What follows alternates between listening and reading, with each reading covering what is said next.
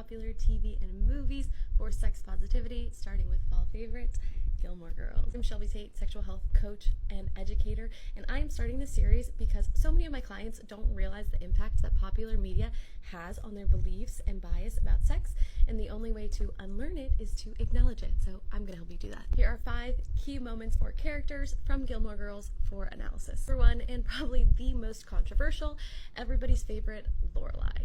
As I have gotten older and rewatched this show, I have continued to see how Lorelai is the most toxic character. Her codependent relationship with her daughter, because we're just talking about sex here, but Lorelai is not a girl's girl. Okay, Lorelai wants all men to love her, which is why as soon as she sees Max or Luke moving on, she wants them back.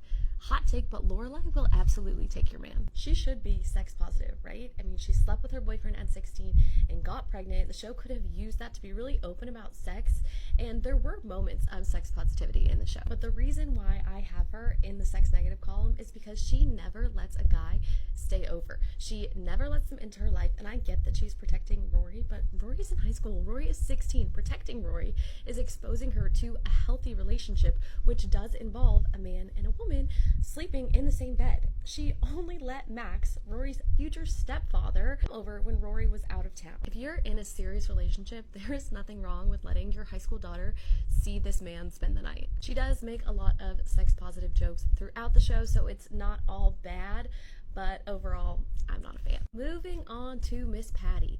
Another example where they tried to be sex positive and just completely failed, turning the narrative on its head of a man ogling women and instead using Patty as the ogler. Case in point, this scene where Taylor is doing construction on the soda shop and Dean asks Miss Patty what she's doing and she says she's just watching the men. Where it starts to get really uncomfortable rewatching the show as an adult is watching the comments that Miss Patty has towards the underage boys in the show. Lorelai and Rory often say that they have to hide Dean from Miss Patty or hide Jess from Miss Patty. Miss Patty tells Dean she needs mountain climbing equipment to be able to climb Dean like a tree. It's all just coming off downright predatory, and I get that she was supposed to be like the funny, flirty old lady, but watching it back, it just comes off really, really creepy. Number 3 is Madeline and Louise.